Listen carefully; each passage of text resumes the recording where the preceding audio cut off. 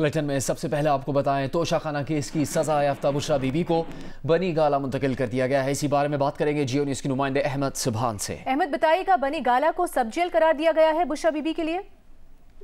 जी बिल्कुल, जो superintendent Adiala jail हैं उनकी दरखास्त पर चीफ कमिश्नर इस्लामाबाद ने सीपीसी सेक्शन 841 के तहत ये ऑर्डर जारी किए हैं, जिसके बाद अब जो बुशरा बीबी हैं जिन्हें आज सुबह ही सजा सुनाई गई थी तोशाखाना केस में, उनको अब अडियाला जेल से बनी गाला मुंतकिल कर दिया गया। और बनी गाला में जो अंदरूनी एरिया है वहां पर अडियाला जेल का जो स्टाफ है उसको मुतय्यन कर दिया गया। इसी तरह जो आउटर कॉर्डर है उस पर अहमद सुभान, क्या पता लग सका है किस तरह से इसको मुमकिन बनाया गया? कोई कानून का हवाला दिया गया है? किस तरह से इस पर अमल दरामद हुआ? जी, सीपीसी का सेक्शन 541 है जिसके तहत नोटिफिकेशन चीफ कमिश्नर इस्लामाबाद ने जारी किया, जिसके बाद बनी गाला को सब जेल करार दिया गया और बताया गया कि जो सुप्रिटेंडेंट अडियाला जेल है उनकी जानिब से दरखास्त की गई थी कि मुनासिब इंतजाम नहीं है और सिक्योरिटी के जो सूरत हाल है उसके मुताबिक। अहमद सुभान इस मालूमात के लिए।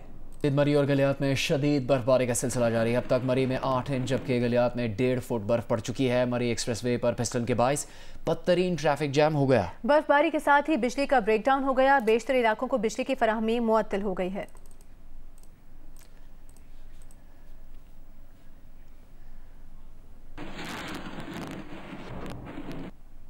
यहाँ आपको बताएं कि पंजाब काबीना ने आम इंतखाबात के सिलसिले में तमाम स्कूल, कॉलेजेस और यूनिवर्सिटीज़ 6 फरवरी से 9 फरवरी तक बंद रखने का फैसला किया है। फैसले का इतलाक तमाम प्राइवेट तालीमी इदारों पर भी होगा।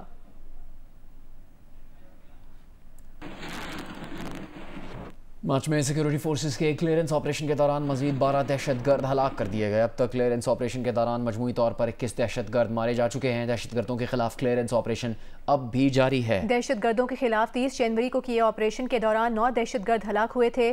सिक्योरिटी ज़राए का कहना है कि आखिरी दहशतगर्द के खात्मे और अवाम की सिक्योरिटी यकीनी बनाने तक क्लियरेंस ऑपरेशन जारी रहेगा।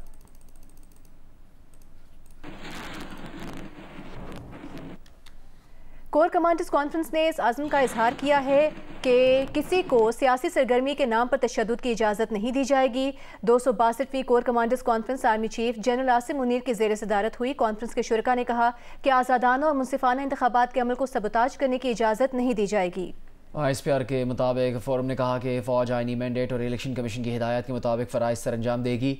ISPR के मुताबिक आर्मी चीफ ने कहा कि पाकिस्तान की खुद मुख्तारी और इलाक़ाई सालमियत मुक़द्दस और नाकाबिल तस्ख़ीर है। मुल्क की खुद मुख्तारी, कौमी इज़्ज़त और आवाम की उमंगों पर समझौता नहीं किया जाएगा। तोशाखाना केस में इमरान खान और बुशरा बीबी मुजरिम करार पा गए।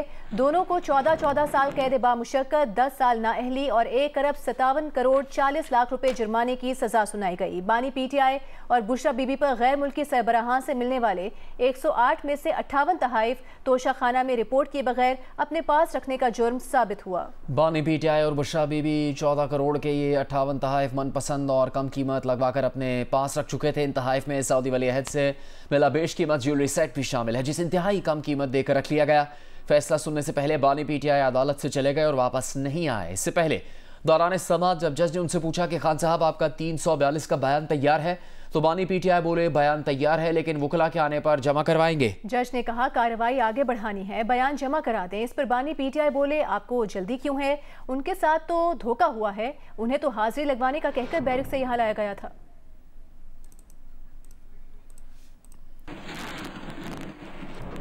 और अभी आपको बताएं, बैलेट पेपर्स की छपाई के मामले पर गौर के लिए इलेक्शन कमीशन ने आज रात हंगामी इजलास बुला लिया है। ये ब्रेकिंग न्यूज़ है आपके लिए। बैलेट पेपर्स की छपाई के मामले पर गौर के लिए इलेक्शन कमीशन ने आज रात हंगामी इजलास तलब कर लिया है।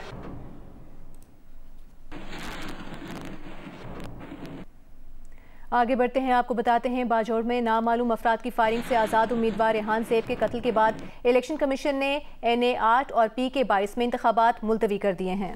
रेहान ज़ेब दोनों हलकों से इलेक्शन लड़ रहे थे। रेहान ज़ेब PTI के हामी थे, लेकिन PTI के टिकट ना मिलने पर उन्होंने टिकट्स की तकसीम पर सोशल मीडिया पर सवालात उठाए थे। PTI ने रेहान ज़ेब की जगह गुलज़फ़र खान को कौमी और सूबाई असम्बली के टिकट दिए थे। रेहान ज़ेब ने खैबर पख्तूनख्वा हुकूमत में हुई करप्शन का भी सोशल मीडिया पर इंकिशाफ किया था। चंद रोज से रेहान ज़ेब को PTI से मुंसलिक अकाउंट्स मुसलसल तनकीद का निशाना बना रहे थे। कत्ल के बाद पहले PTI ने अपने सोशल मीडिया अकाउंट पर रेहान ज़ेब को पार्टी का हिमायत याफ्ता उम्मीदवार करार दिया, लेकिन बाद में वो ट्वीट हटा दिया। उधर बलूचिस्तान में किला अब्दुल्ला के हल्के PB-50 में मुसल्लह अफराद की फायरिंग से ANP का कारकुन जाम बहक हो गया।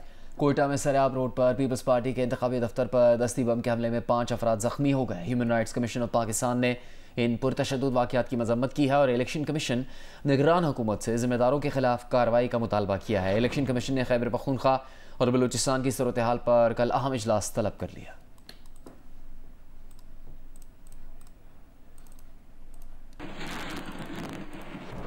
तर्जुमान पीटीआई खैबर पख्तूनख्वा बैरिस्टर मोहम्मद अली सैफ ने कहा कि रेहान ज़ेब को पार्टी टिकट न दिए जाने पर मुखालिफिन अपनी सियासत न चमकाएं। पीटीआई ने तमाम इलेक्शन टिकट मेरिट पर दिए हैं। बैरिस्टर मोहम्मद अली सैफ ने कहा कि शफाफ इंक्वायरी करवा के कत्ल में मुलविस अफराद को निशाने इबरत बनाया जाए।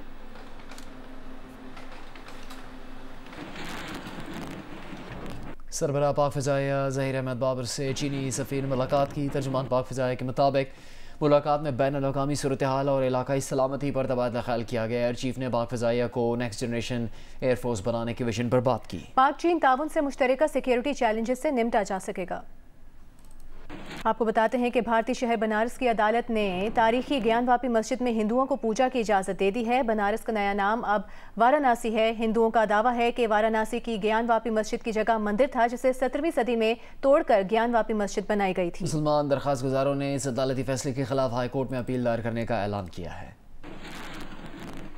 हुकूमत ने शुगर इंडस्ट्री के टैक्स चोरों के खिलाफ कार्रवाई का ऐलान कर दिया। शुगर एडवाइजरी बोर्ड के इजलास में निगरान वज़ीर सनअत और पैदावार गौहर एजाज ने कहा कि मुसलसल दूसरे साल गन्ने की रिकॉर्ड पैदावार मुतवक्के है। गन्ने के काश्तकारों के मफादात का तहफ़्फ़ुज़ अव्वलीन तरजीह है। चीनी की स्मगलिंग के खिलाफ क्रैकडाउन खुशाइंद है।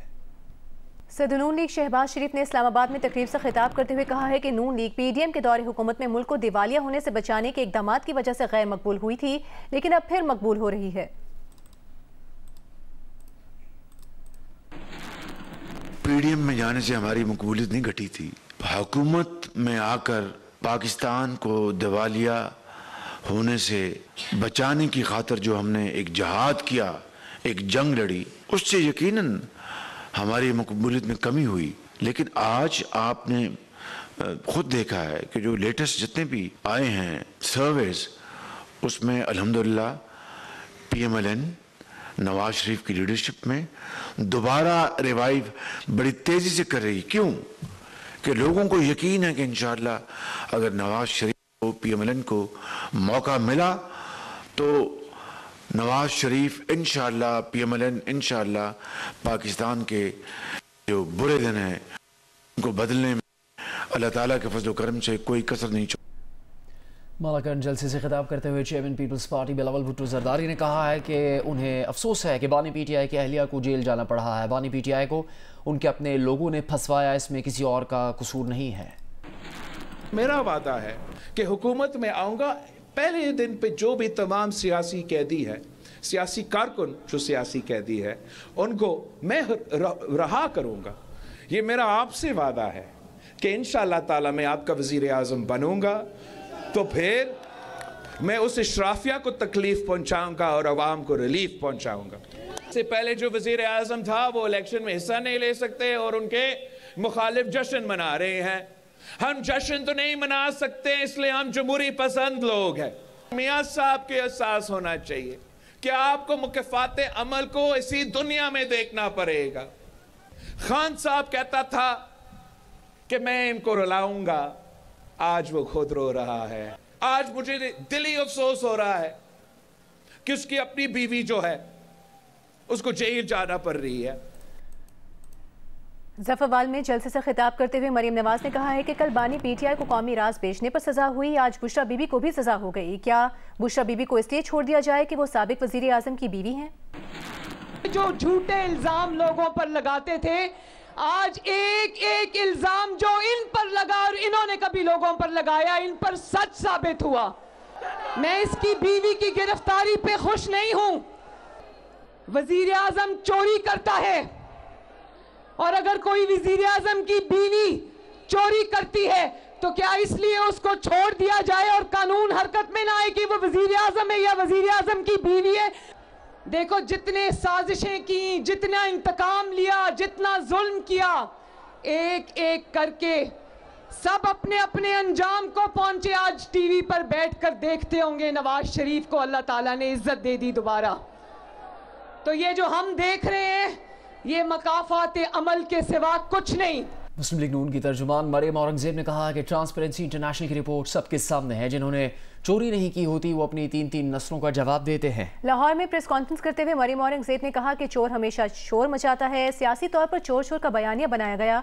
ट्रांसपेरेंसी इंटरनेशनल की रिपोर्ट आई है, सबको चोर चोर कहने वाले यही मौसूफ ट्रांसपेरेंसी इंटरनेशनल की तारीफ किया करते थे। 2022 में शहबाज शरीफ की हुकूमत आई तो रुके हुए मंसूबे दोबारा चल पड़े।